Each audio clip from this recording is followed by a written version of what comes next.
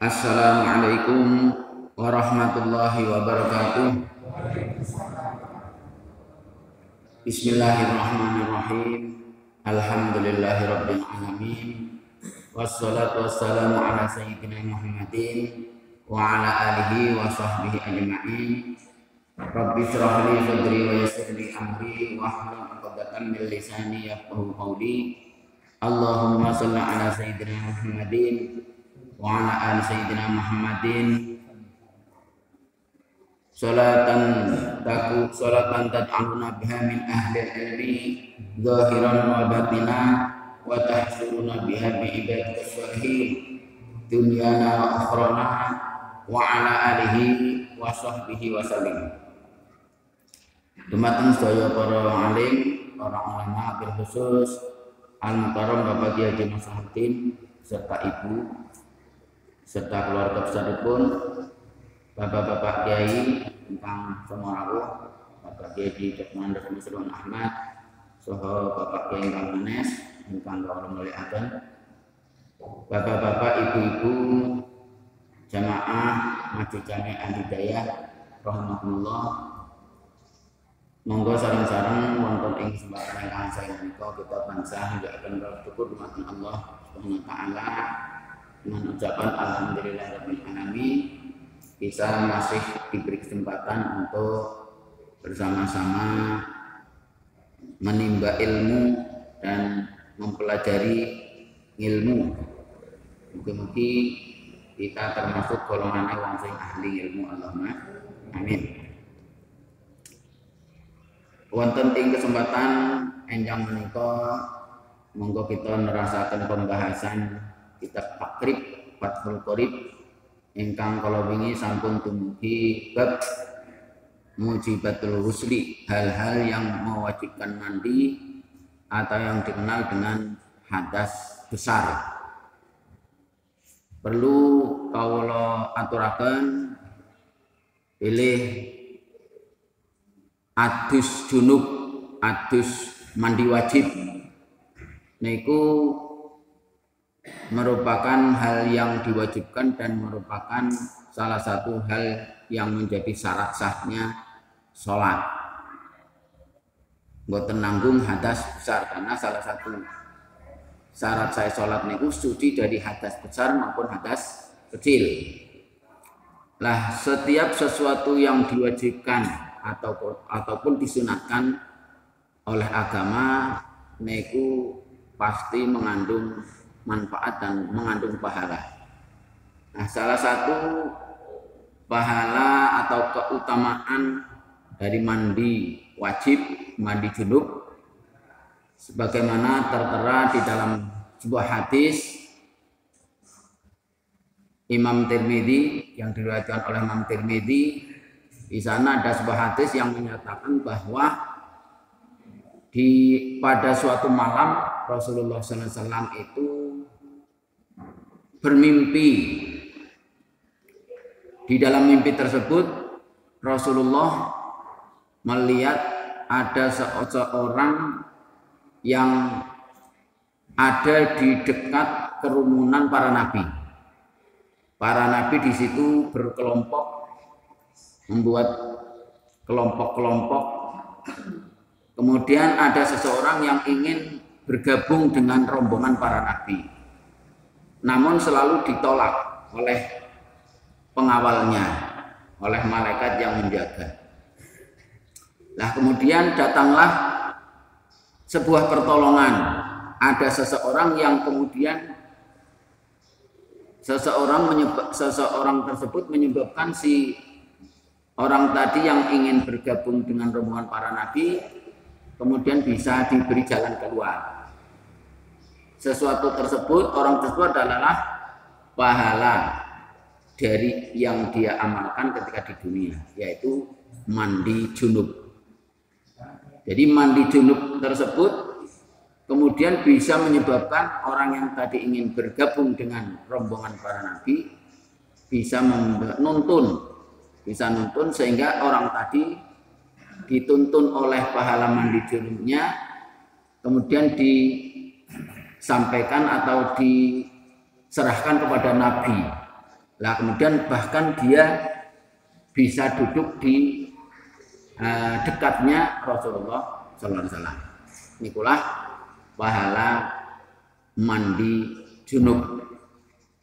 Jadi jangan menganggap remeh niki mandi junub, meskipun mungkin ketika masih pagi kita harus mandi junub karena mau sholat subuh rasanya dingin dan sebagainya, namun ditinjau dari segi agama maupun dari segi kesehatan itu baik, karena ditinjau dari segi agama jelas pahalanya besar karena ini wajib, ditinjau dari kesehatan pun bagus mandi, apalagi mandi keramas sebelum subuh.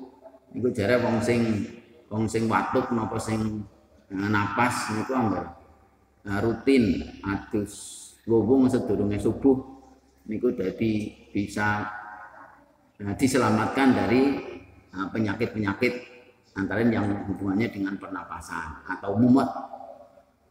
Niku wonten sing kula nate mireng anggar sering mumet iki jare kon sedurunge subuh kon mandi wuwung kon adus karo sirahe. Nah niku nek wong sing adus junub di samping mendapat pahala juga ditinjau dari kesehatan niku bagus. Niku salah satu keutamaan kita mandi junub. Kalau wingi sampun kita aturaken bahwa hal-hal yang mewajibkan mandi itu ada 6. Yang 3 itu sama-sama dilakukan baik laki-laki maupun perempuan, yaitu jima, metu mani dan mati.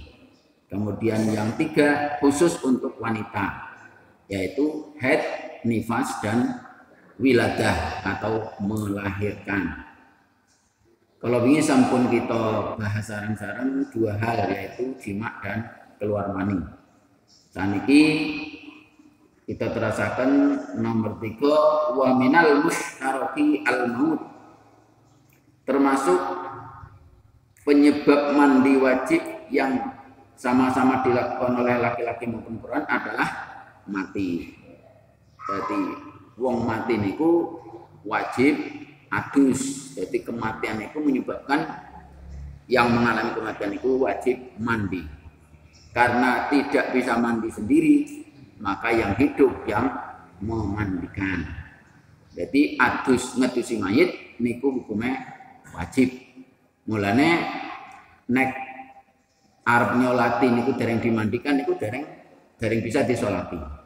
Salah satu syarat si mayit itu bisa disolati adalah harus sudah dimandikan. Jadi nek takziah kebetulan si mayit dereng didusi niku ampun nyolati, namun cukup ndongakaken liyane salat saged. Illa fi syahidi, kecuali orang yang mati syahid. Jadi mati itu menyebabkan harus dimandikan. Ada pengecualian, yaitu orang yang mati syahid, tapi syahid itu syahid sing donya akhirat. Jadi syahid sing ora wajib didusi niku adalah syahid yang di dunia.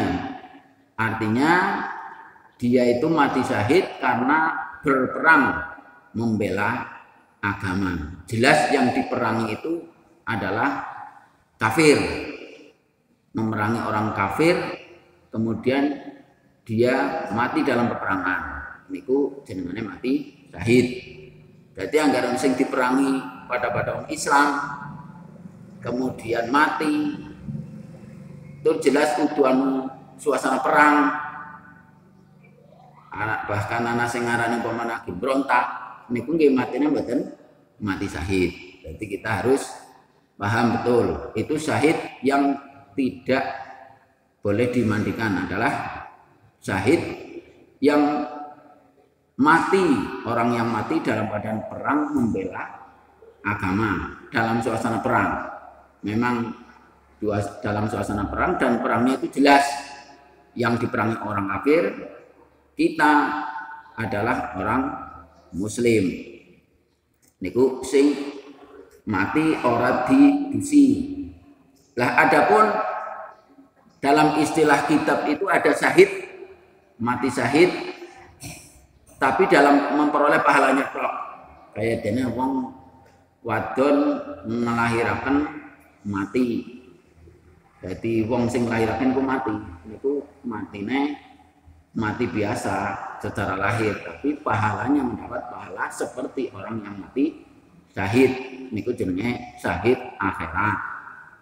Terus wong kerubuhan, mati kerubuhan wit, mati ketilem, mati kebakaran, mati teraniaya, niku bisa mendapat pahala sebagaimana pahala mati syahid. Namun di sisi tata lahirnya, dari segi hukum fikih itu statusnya bukan mati syahid, sehingga wajib dimandikan. Itu pengecualian yang pertama adalah orang yang mati syahid. Wa illa sikto, yang kedua yang dikecualikan tidak wajib dimandikan adalah orang yang mati tapi belum bayi sing cilik, bayi cilik sing urung mangkane lahir, niku jenenge keguguran nggih. Cara nang bahasa kita niku siktu, bayi keluron. Jadi bayi keluron siktu niku sing mboten wajib dimandikan adalah bayi sing urung umur 6 bulan wis metu. Tur metune niku bar metu niku dalam keadaan wis mati. Tidak ada tanda-tanda kehidupan. Nah, mriki pramila masalah bayi lahir niku ampun nanti salah paham. Ampun nanti salah paham, pokoknya anggar ana bayi mati ndarane ora kon medusi, ora disolati. Lan iki berarti ada 3 kategori siktu keguguran. Niku ada 3 kategori. Fataratan tu'lamu hayatuhu fayajibu bihi al-arba'ah. Yang pertama, meskipun bayi belum umur 6 bulan, belum umur kelahiran, berarti minimal hamil itu kan 6 bulan. Berarti yang urung 6 bulan kok wis lahir, niku jenenge siktu. Namun perlu kita tinjau, apabila siktu itu lahir belum 6 bulan tapi ada tanda-tanda kehidupan, maka wajib dirumat sebagaimana bayi biasa, sebagaimana orang jenazah biasa. Berarti wajib didusi, dikafani, disolati, dipendem. Dan apa malih zaman seniki katane aki nikah 3 bulan kok wis nglahiraken, lahirnya biasa. Nah niku kaya dusik tu jenengan. Mungkin ya memang umurnya jangan 6 bulan tapi ngakad nikahnya telat. Berarti kawinnya dhisik, nikahnya kairing. Bisa jadi niku perlu kita ketahui. Jadi nek lahir pokoknya ada tanda-tanda kehidupan, baik sudah 6 bulan maupun belum 6 bulan. Kemudian si bayi itu mati, niku tetap dirumat sebagaimana mayit yang lain. Ada 4 kewajiban, tetap didusi, disolat, dikafani, disolati, dipendam. Wataratan yadharu khalquhu yadharu khalquhu fatajibu bihi salatu asya. Wahya ma'ada sholah. Lah ada lagi bayi siktu, bayi keluron sing bentuknya niku wis jelas ana sirahe ana tangane. Tapi orang ana tanda-tanda kehidupan. Lah niku wajib 3 perkara. Pokoknya seliane disolati. Ya didusi, ya dikafani, ya dipendem. Niku nek pancen wis membentuk, sudah jelas bentuknya. Bentuknya bayi itu jelas. Meskipun belum 6 bulan dan tidak ada tanda-tanda kehidupan, itu konstitusi di kafani dipendem mboten usah disolati. Fatarotan tuk nama hayat fatarotan watarotan la yadharu khalquhu fala yajibu bihi syai'un lakin yusannu sitruhu bi khirqatin wa tabnuhu. Lah onten malih jenis situ bayi keluron sing ora jelas bentuke. Apa maning tanda-tanda kehidupan mboten nonton. Ya urung umpamane ming bentuk daging yang isih blondo ataupun getih blondo niku mboten wajib apapun, tidak ada kewajiban apapun, ditusi ya ora wajib, dibungkus ya ora wajib, dipendem ya ora wajib, disolati ya mboten wajib, namun hanya disunatkan ditutupi, dibungkus dengan gombal kemudian dipendem niku hanya sunat. Niku siktu sing sama sekali belum membentuk. Pun wangsul malih tadi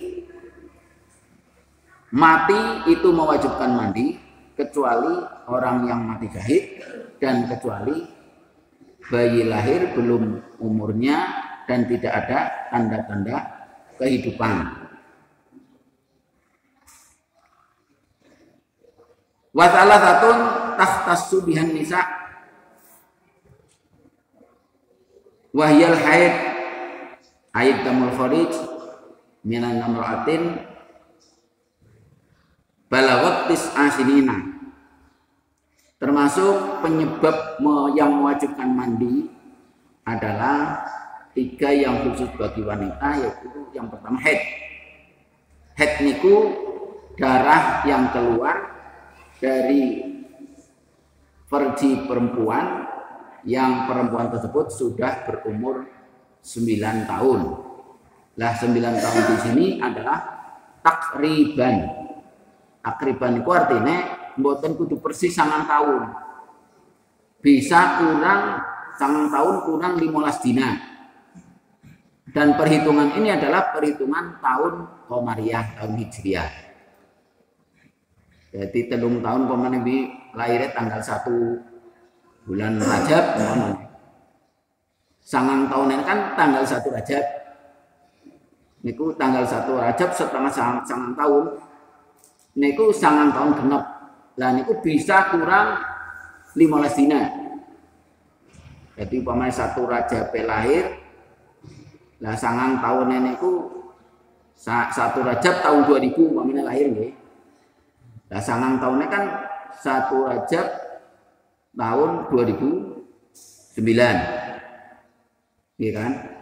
2001, 2, 3, 4, 8. 5, 6, 7, 8.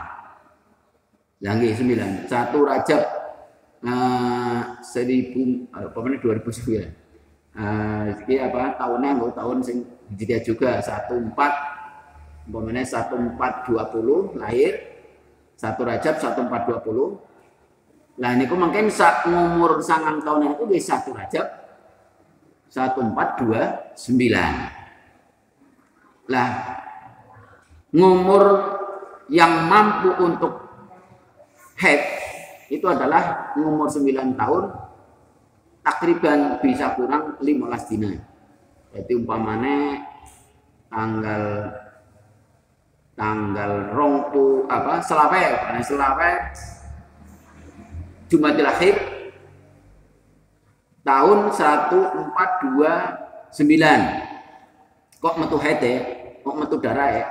Niku darah sudah bisa dikatakan haid. Karena ternyata si perempuan tadi berumur belum ada 9 tahun tapi sudah mendekati 9 tahun. Jadi sing penting kurangnya mboten luwih sekang 15 dina. Niku wis dikatakan 9 tahun. Karena batas umur haid niku 9 tahun takriban.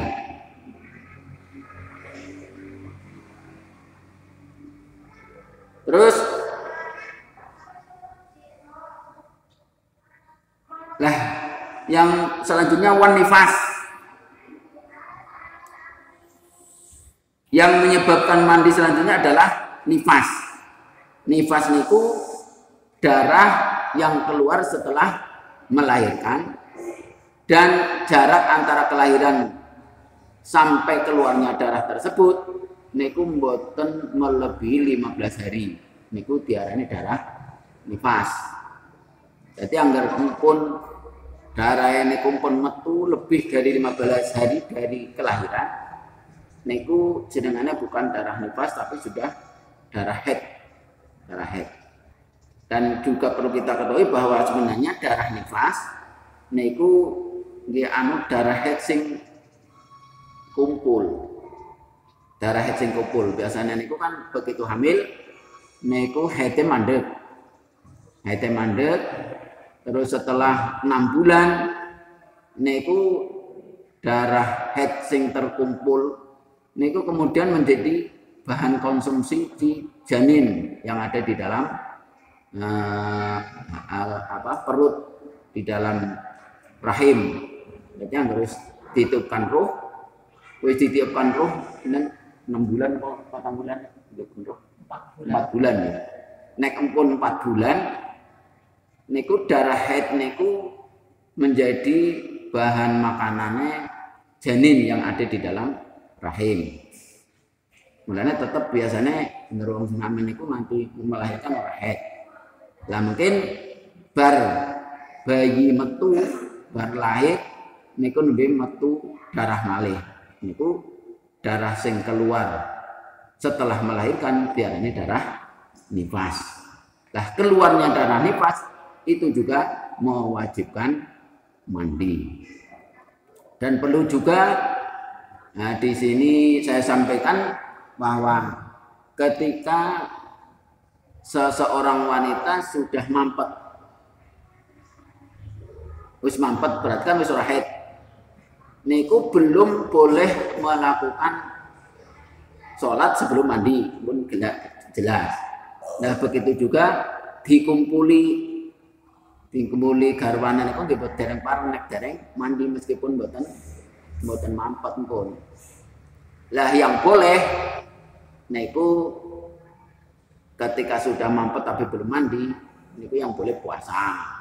Jadi umpamanya puasa asal wis mampet ya puasa mawon, mungkin oleh adus nek wis arep lakon sholat. Umpamanya mampet niku jam 5 menit sebelum subuh kan terus saged sahur, langsung sahur riyin mungkin udah adus kok wis ya tadi sahur terus niat mungkin oleh adus nek wis arep nglakoni salat subuh niku pun saged. Tapi begitu juga lewat masjid, asal liwat kan wis aman, wis ora kuwate temetes nang masjid niku nggih pun saged. Tapi masalah dijima, masalah sholat niku kudu ngenteni adus riyin. Nifas, jadi nifas, keluarnya darah nifas niku mewajibkan mandi. Lajeng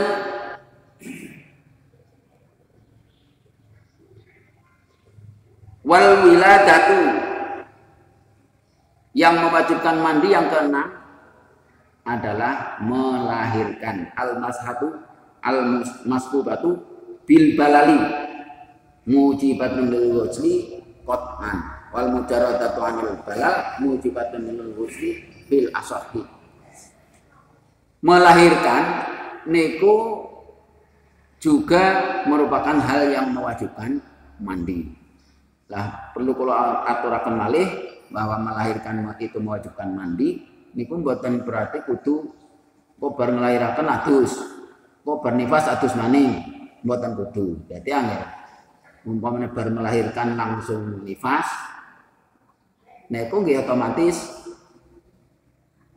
ulihe nanggung hadas gede niku gabung, dan niku mungkin aduse niku sekalian mawon nek badhe ngelampahi sholat adus wajibe, mboten kudu sendiri-sendiri. Mungkin nonton pembahasannya nampak fardune adus itu napa mawon. Lah niki penjelasan dari melahirkan itu mewajibkan mandi. Walau li ahadit tau ini, meskipun sinikia onten bayi kembar lorong ya, umpamanya anak bayi kembar lahirnya kan gantian. Lah akhirnya ngetokaken siji niku yang pun mewajibkan mandi. Jadi umpamanya bar melahirkan niku bayinya kembar loro, bar melahirkan sing siji niku terus mboten metu nifas. Nah kemudian urung langsung lahir maning, sudah masuk waktu sholat. Arab sholat ya kudu atus disit, terus sholat. Lah bar sholat ngelahiraken siji maning bayi kembar sih. Niku nggih kan ada kewajiban mandi lagi. Jadi melahirkan itu mewajibkan mandi meskipun baru satu dari dua bayi yang kembar.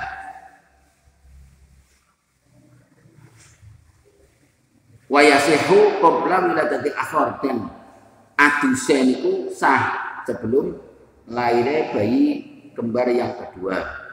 Tsumma ila waladatu wajib al-ghusl aidon. Setelah melahirkan bayi kembar yang kedua juga wajib mandi lagi. Wa mithlul wiladati ilqaul alaqah wal mudghah. Termasuk sama dengan melahirkan dalam hal wajib mandi adalah ketika keguguran. Keguguran itu berarti ngetokaken ngelahiraken tapi urung wujud nggih. Bisa isi getih, bisa wis berupa daging, tapi lakin labuda fil alaqah ayyuh birol wabil bi anha aslun adamiyun. Sing penting memang yang dikeluarkan itu misalnya umpamanya berupa darah, niku darah sing calon janin menurut orang yang paham atau ahli seperti mbah dukun atau dokter atau bidan. Iki jane wis hamil wis 3 bulan atau masih 2 bulan atau sebulan. Yang tokaken getih berarti keguguran. Nah getian itu menurut ahli kalau memang darah itu adalah darah yang calon jabang bayi, calon janin, niku ya termasuk sama dengan melahirkan. Berarti wajib mandi. Nah seniki ada masalah. Walau alqat ba'dul walad wajib alihal wudu dunal husli. Seniki umpamane ngelahiraken tapi orang langsung metu ngukurake keton pucuke sirah tok. Wis metu sekang perci tapi pucuke sirah tok. Lah niku wis padahal wis datang waktu sholat. Niku wajib sholat napa mboten? Nggih wajib. Niku dereng diarani ngelahiraken.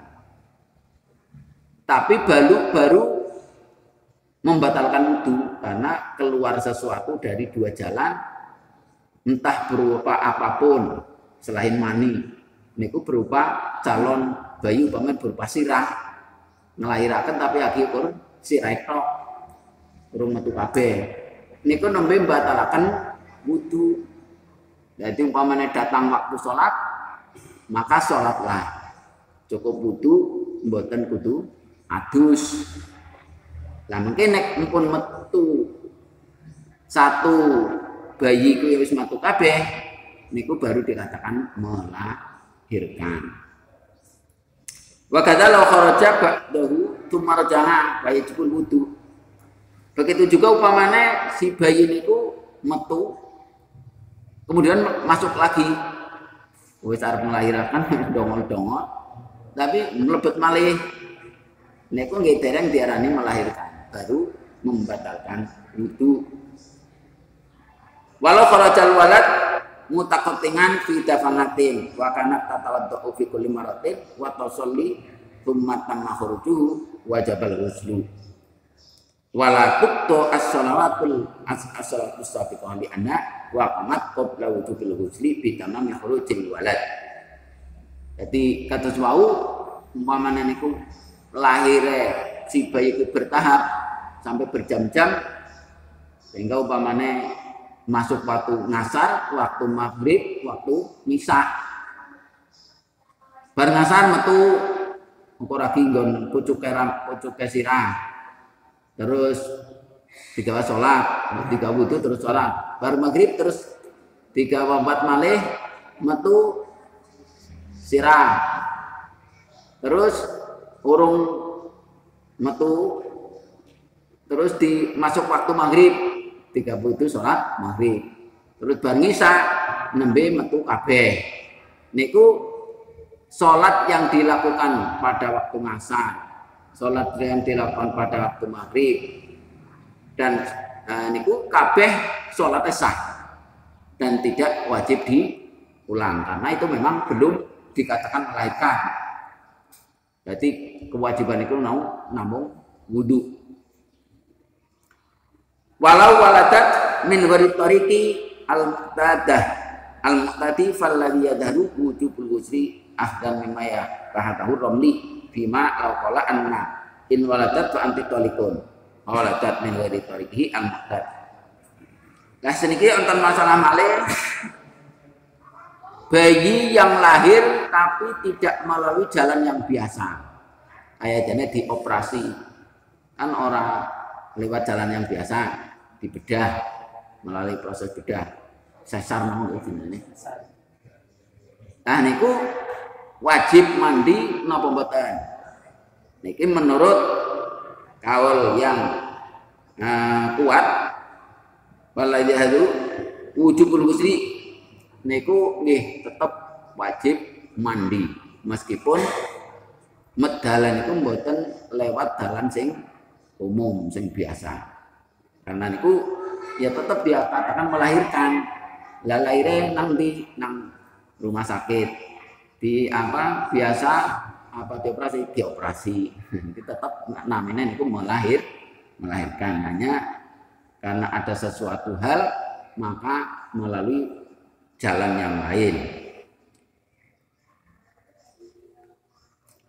Wa qala ba'dhum qad yattajihu adamal wujub li anna la tahu annal walad maniyun munaqitun wala improtab bi khuruji min ghairi tariqihi al-muqtad ma'al fat mangan fitahil asli warudda bi annal waladah mafsura sorot mujibatul ghusli baya ghairi khurujil mani. Niki meskipun ada yang berpendapat ku ora mujibatul mani tapi niku mboten kuat. Jadi sing pendapat sing kuat adalah meskipun melahirkan dengan cara operasi sekalipun niku tetap mewajibkan mandi karena itu juga namanya melahirkan. Nah, sebagaimana niki umpamane anak wong lanang arep megat bojone tapi dengan catatan nek dengan digantungkan nek kowe ngelahiraken kok pegat ana wong lanang ngucap kat sini umpamane lah temenan si wong wadon niku garwane niku ngelahiraken tapi nganggo operasi niku nggih pegate dadi meskipun boleh ngelahiraken lewat operasi. Lah maka dengan hukum yang semacam itu maka dalam hal wajibnya mandi meskipun uli yang ngelahiraken boten biasa lewat operasi niku nggih tetap hukumnya sama dengan yang melahirkan biasa, artinya wajib mandi. Wal mujarradan anil balal bi angkanal walad jafan mujibatun lil ghusli fil asahi. Lah seniki mau dikatakan ngelahiraken niku sing majibaken adus adalah ngelahiraken sing disertai dengan teles-teles. Ya mestinya ada cairan gitu. Maka melahirkan kan bayinya ya teles terus apa meleh anggaran anak gede barang. Lah niku umpamane wonten melahirkan tapi bayinya garing. Niku wajib mandi napa mboten? Nah niki menurut kaul yang asoh, menurut kaul yang lebih sahih, lebih bisa kita ikuti itu ya tetap wajib mandi. Lah amal masbubah bihi fala yajuzu watuha ba'daha hatta tasilah. Lah namun ada perbedaan. Seniki wong sing tes nglahiraken. Niki masalah bareng nglahiraken ku dijimak nang sing lanang ku angsal mau mboten. Nah itu umpamane saking oleh nahan wis suwe banget. Nah ini kan kebutuhan nggih. Nah ini perlu dibahas niki makanya nang kitab niku dibahas. Wes bareng nglahiraken urung adus kan, arep ditusi kan melas. Nah niki arep dijimak nang sing lanang kepareng mau mboten. Niki tergantung. Nek uli nglahiraken niku disertai dengan basah-basah, bayi niku pancen teles, niku dereng bareng dikumpuli sing garwane. Nek dereng adus. Tapi nek uli nglahiraken niku garing, bayi niku garing, niku boleh dikumpuli teng garwane niku saged meskipun belum mandi. Niku bedanya nggih. Nah, niki meskipun niki ketone gampang, tapi ya perlu kita tahu. Jadi ketika sesuatu itu mengharuskan kita melakukan, nek ngerti hukum itu jadi ngerti niki boleh nopo terlarang. Kalau angsal malih, jadi orang yang baru melahirkan, kemudian ingin dikumpuli, ingin dijimak oleh sang suami. Niku tergantung. Barang napa mboten niku tergantung bayine, angger bayine niku teles. Niku sedurunge adus dereng bareng dijimak, dereng bareng dikumpuli. Kudu ngenteni adus dhisik. Tapi angger oleh nglahiraken niku bayine garing. Niku senajan dereng adus niku saged pareng dijimak teng garwane. Iku nggih. Lah niki sing luwih paham bayi teles karo bayi garing niku nggih Mbah Dukun lah. Niki secara hukum dipandang hukum. Kalau kucing sesar di sesar bisa dijimak, kalau bayi garing. Bayi, nggih niku pokoke hukume kajen niku garing meskipun dereng mandi niku saged dikumpuli. Ya napa dalam kenyataan niku bisa disesuaikan kali hukum niki kepripun oleh menghukum niku garing apa teles. Nah kalau kita alhamdulillah pembahasan masalah yang wajiban mandi sudah selesai.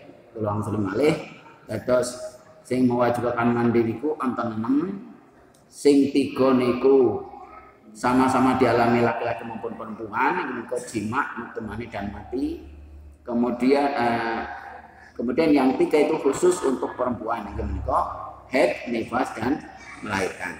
Mugi-mugi saged nambahi kepahaman kita khususipun masalah mandi niki dados ngilmu kang manfaat di dina akhirat Allah. Amin. Kirang lamun pun atur dan pamiten billahi taufiq wal hidayah. Assalamualaikum warahmatullahi wabarakatuh. Subhanallahumma wa bihamdika asyhadu an la ilaha illa anta astaghfiruka wa atubu ilaik.